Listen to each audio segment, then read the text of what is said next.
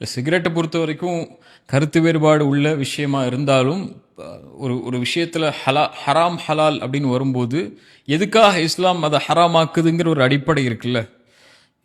சிகரெட்டை ஹலாலாக்குற அறிஞர் யார்? யார் இதை ஹலால்னு சொல்கிறா? ஒரு மக்ரூ தடுக்கப்பட்டதுன்னு சொல்லுவாங்களே தவிர ஹலால்னு யாரும் சொல்ல மாட்டாங்க. அதை விட்டு விலகிக்கோங்க அப்படிப்பட்ட காரியம் தான் சொல்லி. ஆனால் மூளையை மயங்கடிக்கக்கூடியதான் ஹம்ர் மதுனா, சிகரெட்டும் மூளையை மயங்கடிச்சிரும். அது மட்டும் இல்லை, ஸ்மோக்கிங், நீங்கள் சிகரெட் பாக்கெட்டை வாங்கி பார்த்தாலே இதில் என்ன இருக்கும்? Smoking kills. இது ஒன்று கொன்றும். அல்லாஹ் நல்ல விஷயங்களை ஹலாலாக்குகிறான், கெட்ட விஷயங்களை அல்லாஹ் ஹராமாக்குகிறான் தான் அல்லாஹ் குர்ஆனில் சொல்கிறான். ஒரு மனிதனை கொலை செய்யக்கூடிய ஒவ்வொரு நொடியும் பல ஆயிரக்கணக்கான உயிர்கள் இந்த சிகரெட்டினால, இந்த புகையினால.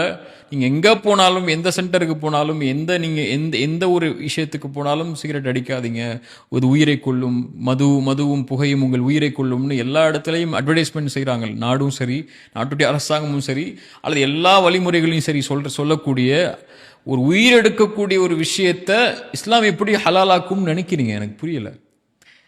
ஒரு தீய விஷயத்தை தான் அல்லாஹ் ஹராமாக்குவான், நல்ல விஷயங்களை அல்லாஹ் அனுமதித்துக் கொள்வான். தன் கரத்தாலேயே ஒருவன் தன்னை அழிக்கக்கூடிய, தன் உயிரை மாய்க்கக்கூடிய, அல்லாஹ் கொடுத்த அமானிதமான இந்த உடலை சிதைக்கக்கூடிய ஒரு காரியத்தை செய்யக்கூடிய இந்த புகையை எப்படி இஸ்லாம் ஹலாலாக்கும்? இது அவங்க தங்களை திருப்திப்படுத்துறதுக்காக நான் ஹலாலை தான் செய்கிறேன், இது ஹராம் இல்லை, இது தடுக்கப்பட்டது ஒன்று தான், மக்ரூஹ் தான். மக்ரூஹ்னா என்ன? மக்ரூஹ் செஞ்சு அல்லாஹ் அப்படி விட்டுருவான்னு அர்த்தமா? பாவம் அல்லாஹ் எடுத்துக்கொள்ள மாட்டான், நாளைக்கு மறுமையில் அதை குறித்து அல்லாஹ் கேட்க மாட்டான்னு அர்த்தமா? இப்போ அல்லாஹ்வுடைய தூதர் ஸல்லல்லாஹு அலைஹி வஸல்லம் அல்லாஹ் அனுமதிக்காத ஒரு செயலை செஞ்சுட்டு ஹலால்னா அதை ஹராம்னு, ஓகே நான் ஹராம் தான் செய்கிறேன்னு செய்யக்கூடிய ஒருவனுடைய பாவத்தை விட இது ஹராம் இல்லை ஹலால்னு செய்வான் தெரியுமா, அது மிகப்பெரிய கொடூரமான பாவம். அது அல்லாஹ் அப்படிப்பட்டவர்களை பாதுகாக்கணும்.